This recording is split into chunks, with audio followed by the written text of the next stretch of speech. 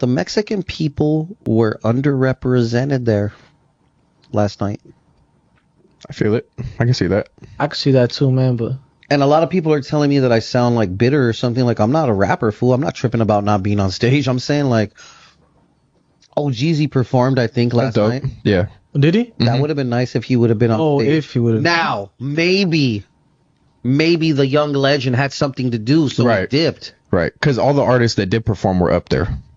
Facts. I respect it. Who was up there? I can't keep counting. There was a lot of people that went, but I think Jeezy was the only person that didn't pop out? Or were you going to say he's the only Mexican that performed? Both. Did he perform? Was he supposed to perform? He did perform, yeah. He did perform? He did? And I didn't see him perform because I caught it late. I saw the clip. I saw I didn't even see that clip. Picture of someone posting that he performed. Do you think it had something to do with it being Juneteenth? I don't understand. I thought Juneteenth was like on the 16th or something like that. It's on June 19th. It was Juneteenth yesterday. Yeah, it was Juneteenth. Facts. I respect it. Do you think that had something to do with it? Had something to do with what? The fact that they threw the show that day? Or that there was no Mexicans on stage? There you go. Do you think it was supposed to be like... First of all, let me start off by saying congratulations to Kendrick Lamar and all of the wonderful individuals that performed last night. Hell yeah. Everybody want to be a nigga, but nobody want to be a nigga. How about that question?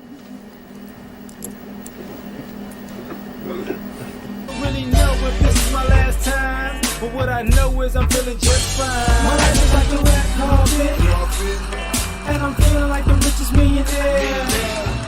This is my local mayor, and I'm the biggest star around here. What's happening, fam? L.A.R. movement still moving. Subscribe or die trying. You see the thumbnail. More importantly, you saw the clip. You know, this low-key trying to create a beef when you're in the wrong is constantly happening with us as a people. So I'm going to address it with this aspect because for me, every race has the same play. My dog is so, he don't want me talking, whatever. It's the same play. This is no different than when the thing with Palestine and Israel happened. Why aren't the black people speaking? You're anti-Semitic if you speak. You're anti-Semitic if you don't speak. It's the same thing, you know. Throw us in the mix, right? When things happen with, who was that group? I think it was Asians. You know, Asians are like, yo, you know, affirmative action. We need to get rid of it because the black people. And it's like, y'all throw us in the mix. And, you know, white people constantly do that. You know, we're to blame for everything. So with this hip hop thing, you got the same old thing. Now, you know, the guy didn't even know what Juneteenth was. And for the record, because it's only the second year that it's a federal holiday, I get these people not going to know. And the reason why I say I get why these people are not going to know is because I live in Texas. It was pretty much a Texas thing. You know what I'm saying? I remember when I was in Chicago, I heard about it, but it wasn't a thing there, right? New Orleans really wasn't a thing.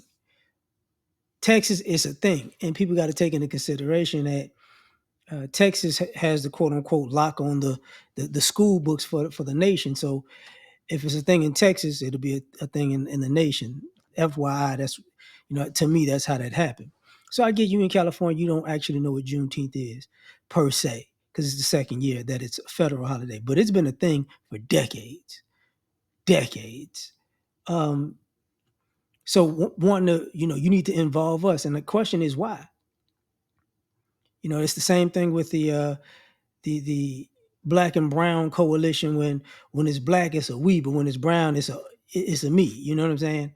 So to me, it's like you want black people to put you on, and you don't like black people, especially from my understanding of how Southern California works, where, you know, blacks and Mexicans really don't get along like that. And you saw it, you know, on numerous occasions. You saw it with the cops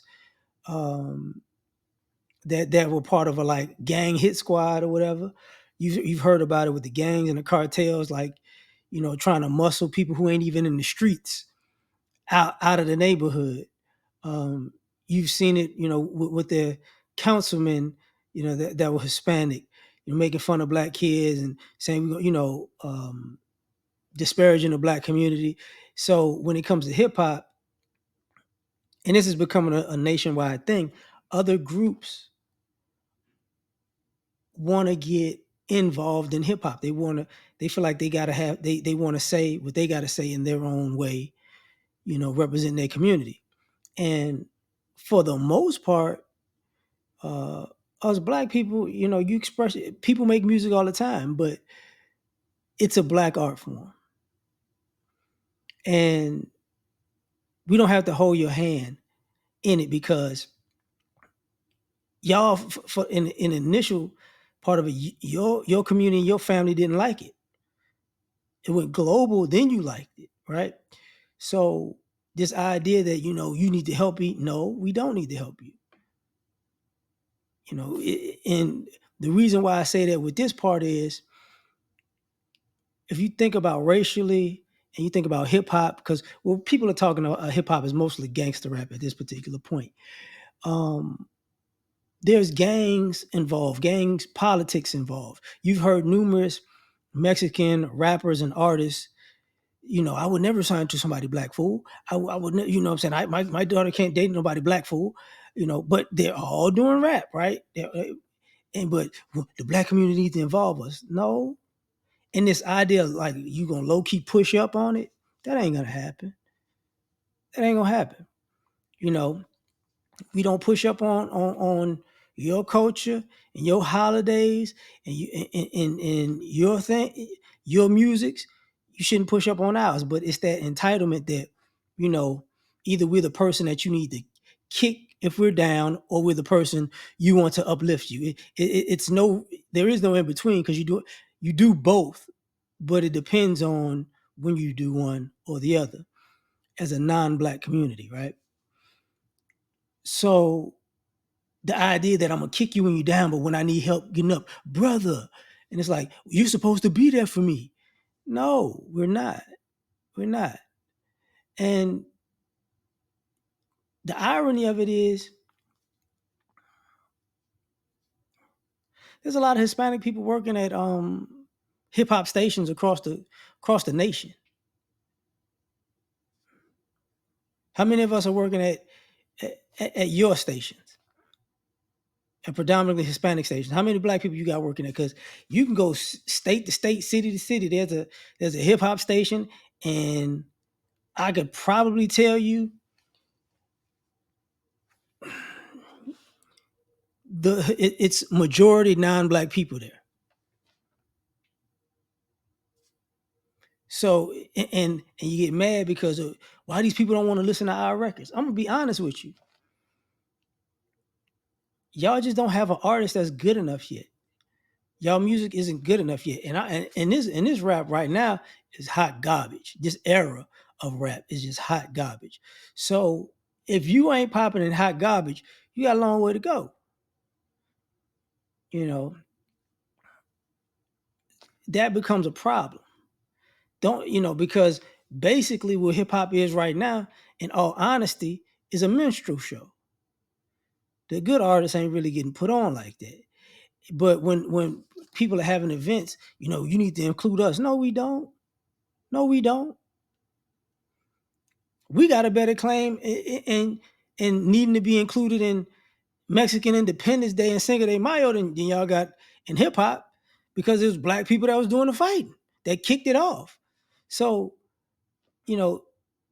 this idea that you can have a hate relationship publicly, but a love relationship privately, but then publicly come out and go, look, I need you supposed to put me on. No. And they might take it to the streets. Well, we cutting people off, you know what I'm saying? You can't get no product. Whatever. That ain't got nothing to do with music.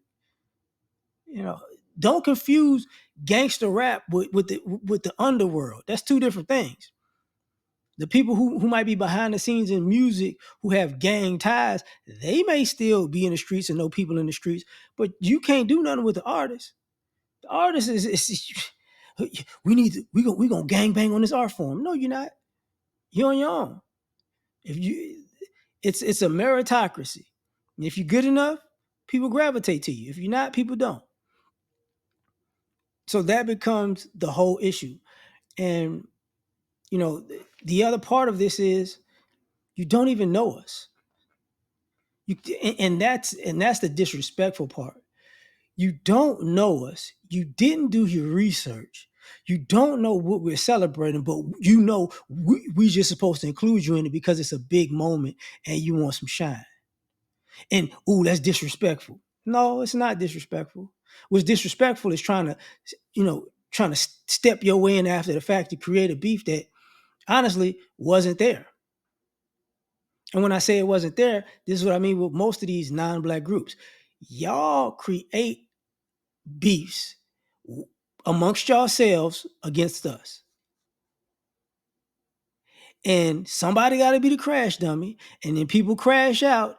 And then after the fact, most of y'all, it's a long time after the fact, y'all go, you know what? We shouldn't even did that. My bad.